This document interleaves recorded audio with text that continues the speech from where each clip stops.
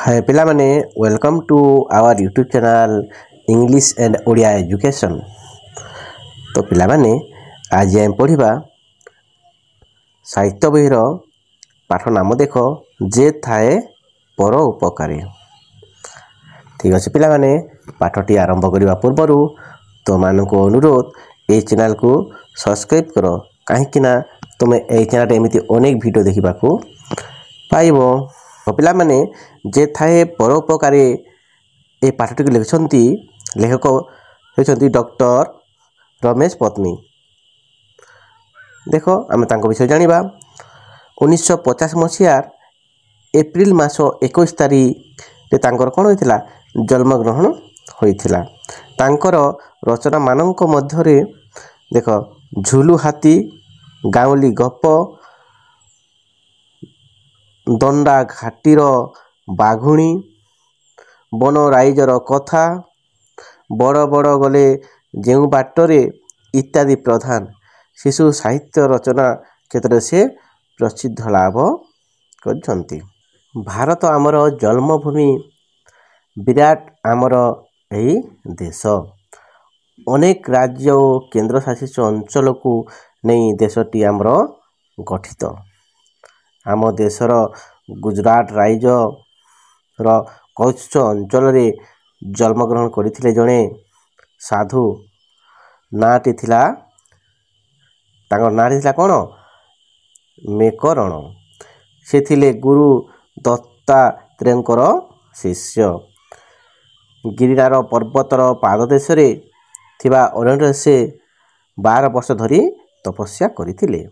एही समय मध्यरे भोक हेले से कंदमूल खाउथिले और शोष हेले झरणा पानी पी तृप्सा निवारण करुथिले। गुरु दत्तात्रेय जेतेबेले जानिले जे तांको शिष्य मेकरण कठोर तपस्या करछंती, तांको मन आनंदरे पूरी गला। से तांको पाखरे पहुंची आशीर्वाद कले। मेकरण दत्तात्रेय को कहिले, गुरुदेव मु 12 वर्ष धरी तपस्या करि सारिछि। एबे मते कौन करिबाकू हेबो दया करी कहंतु। दत्तात्रेय तांको दुईटी तुम्बी देई कहिले, पुओ तुमे जेउ कच्छ भूमिरु आसीछ सेराटे बहुत अंचल मरुभूमि। सही मरुभूमि अंचल देई जाउथिबा पथित माने पानी न पाई तुरसारे कातर हो पड़छंती।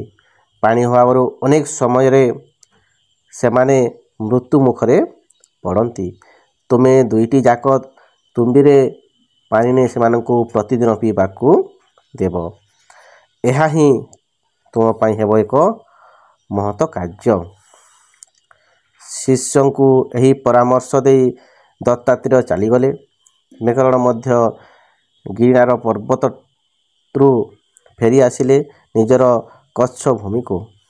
सेटारे से बाली माटीर एक कुटिया तैयारी करी प्रतिदिन से तुम्बी गुड़ी करे पानी पुराई भार साहाय्य मरुभूमि बहुत दूर को बही नेउथिले। शोषरे विकल होई पानी बुंदाए खोजुथिबा यात्री मानक पाखरे से पहुंची जाउथिले। सेमानंकु पानी पियाउ थिले। मरण मुहरु मुकुली आसुथिबा सही मनीष मानक मुहरे हस फुटी उठुथिला। यह देखी मेकरण खूब खुशी हेउथिले। संध्या हेले से आखपाख गाँव भिक्षा करुथिले। जहाँ मिलुथिला सेइथिरे बंची जाउथिले। क्रमे मेकरण बार्धक्य उपनीत हेले। से आउ बेसी परिश्रम करि पारिले नाही। निजे रहुथिबा स्थान रे से गोटिए गध आउ गोटिए कुकुर पालिले। कुकुरटीर ना देथिले मती आउ गधटीर ना थिला लाला। एणिकी से तुम्बी दुईटी रे पानी भरी ताकू गध पिठरे ओहलाई देउथिले। सांगरे गोटिए डबा मध्य देउथिले। आगरे जाउथिला मती आउ ता पछे पछे चालुथिला लाला। जोठी मनीष माने पानी बिना छटपट हेउथिले ସେଇଠି ସେମାନେ ପହଞ୍ଚି ଯାଉଥିଲେ। ଶୋଷିଲା ମଣିଷମାନେ ଗଧ ପିଠିରେ ଓହଳିଥିବା ତମ୍ବୁରୁ ଡବାରେ ପାଣି କାଢ଼ି ପିଉଥିଲେ। ସେମାନଙ୍କ ଜୀବନ ବଞ୍ଚି ଯାଉଥିଲା। ସନ୍ଧ୍ୟା ହେଲେ ମୋତି ଓ ଲାଲା ପୁଣି ଫେରି ଆସୁଥିଲେ କୁଡ଼ିଆ ପାଖକୁ। ମେକରଣ ଲାଲା ପିଠିରୁ ତୁମ୍ବି ଦୁଇଟି ଓହ୍ଲାଇ ଦେଉଥିଲେ। ଦିନବେଲା ମେକରଣ କେତେକ ସ୍ଥାନରୁ ଭିକ୍ଷା ସଂଗ୍ରହ କରି ନେଇ ଆସୁଥିଲେ। ତହିଁରୁ ସେ 2 ଭାଗ ମୋତି ଓ ଲାଲାକୁ ଦେଉଥିଲେ, ଆଉ ଗୋଟିଏ ଭାଗ ନିଜେ ଖାଉଥିଲେ। ବେଳେ ବେଳେ କୌଣସି ଭୋକିଲା ଯାତ୍ରୀ ଯଦି ତାଙ୍କ ନିକଟରେ ପହଞ୍ଚୁଥିଲା, ତାକୁ ବି ସେ ନିଜ ଭାଗର ଖାଦ୍ୟ ଦେଇ ଦେଉଥିଲେ।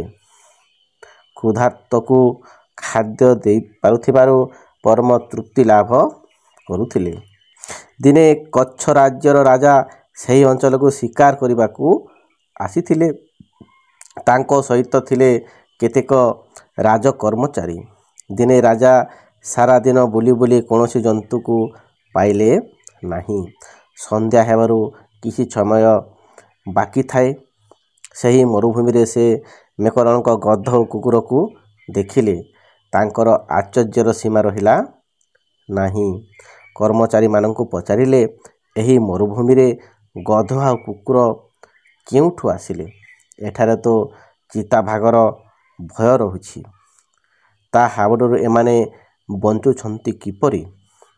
ଜଣେ କର୍ମଚାରୀ ଉତ୍ତର ଦେଲା, ମହାରାଜ, ଏମାନେ ହେଉଛନ୍ତି ସନ୍ନ୍ୟାସୀ ମେକରଣଙ୍କ ପୋଷା ଜନ୍ତୁ। ଏ ଅଞ୍ଚଳର ସମସ୍ତ ପ୍ରାଣୀ ପାଖରେ ଏମାନଙ୍କର ପରିଚିତ। ମରୁଭୂମିରେ ପାଣି ନ ପାଇ ଛଟପଟ ହେଉଥିବା ପ୍ରାଣୀମାନଙ୍କୁ ଏମାନେ ପାଣି ଯୋଗାଇଥାନ୍ତି। କୌଣସି ହିଂସ୍ରଜନ୍ତୁ ମଧ୍ୟ ଏମାନଙ୍କର ଅନିଷ୍ଟ କରନ୍ତି ନାହିଁ। ରାଜା କହିଲେ, ଆଜି ଶିକାର ତ ହୋଇପାରିଲା ନାହିଁ।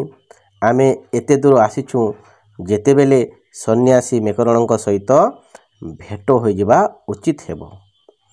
ତାପରେ ଲାଲା ଓ ମୋତି ଯେଉଁଆଡ଼େ ଗଲେ, ତାଙ୍କ ପଛେ ପଛେ ରାଜା ଓ କର୍ମଚାରୀମାନେ ଚାଲିବାକୁ ଲାଗିଲେ। କିଛି ବାଟ ଗଲାପରେ ଗୋଟିଏ କୁଡ଼ିଆ ପାଖରେ ଲାଲା ଓ ମୋତି ଅଟକିଗଲେ। କୁଡ଼ିଆ ଭିତରୁ ଜଣେ ବୃଦ୍ଧ ସନ୍ନ୍ୟାସୀ ବାହାରି ନିଜର ଥରଥର ହାତରେ ଗଧ ପିଠିରୁ ପାଣି ତୁମ୍ବି 2ଟି ଓହ୍ଲାଇ ଆଣିଲେ। ଗଧ ବେକରେ ସେ ଆଉ ଗୋଟିଏ ମୁଣା ଝୁଲାଇ ଦେଲେ।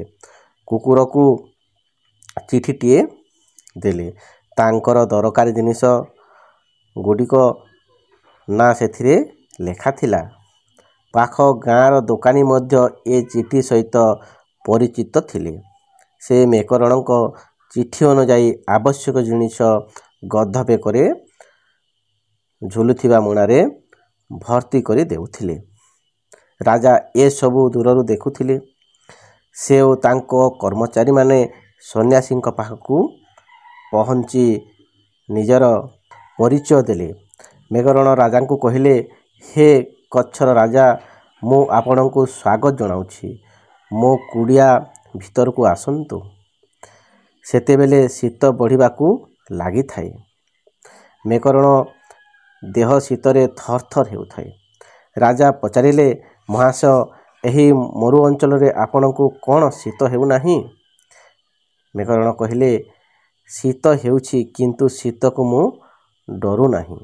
ଜୀବନର ଶେଷ ପର୍ଯ୍ୟନ୍ତ ପ୍ରାଣୀମାନଙ୍କ ସେବାରେ ଜୀବନ ବିତାଇବା ହିଁ ମୋର ଇଚ୍ଛା। ରାଜା ନିଜ କାନ୍ଧରେ ପଡ଼ିଥିବା ମଣିମୁକ୍ତା ଖଚିତ ଚଦରଟିକୁ ସନ୍ନ୍ୟାସୀଙ୍କ ଦେହରେ ଓଢ଼ାଇ ଦେଲେ। ମେକରଣ ଏଥିରେ କିନ୍ତୁ ଖୁସି ହେଲେ ନାହିଁ। ବିନୟର ସହିତ ଚଦରଟି ରାଜାଙ୍କୁ ଫେରାଇ ଦେଲେ। କହିଲେ, ମହାରାଜ, ଏ ସ୍ଥାନର ଶୀତ ସହିବାରେ ମୋ ଦେହ ଅଭ୍ୟସ୍ତ ହୋଇଯାଇଛି। ମୋ ପାଇଁ ଏହାର ଆବଶ୍ୟକତା ନାହିଁ। ଅନ୍ୟ କେହି ଦୁଃଖୀ ଲୋକଙ୍କୁ ଆପଣ ଏହାକୁ ଦାନ କଲେ ମୁଁ ଅଧିକ ଖୁସି ହେବି। ମେକରଣ ଏପରି କଥା ଶୁଣି ରାଜା ସ୍ତମ୍ଭୀଭୂତ ହେଲେ। ଆଗ୍ରହ କରି କହିଲେ, ହେ ସନ୍ନ୍ୟାସୀ, ଆପଣ ମୋତେ ଅନ୍ୟ କୌଣସି ଜିନିଷ ମାଗନ୍ତୁ, ମୁଁ ତାହା ଆପଣଙ୍କୁ ଦାନ କରିବି। ସନ୍ନ୍ୟାସୀ କହିଲେ, ହଁ, ମୁଁ କେବଳ ଗୋଟିଏ ଜିନିଷ ଆପଣଙ୍କୁ ମାଗୁଛି।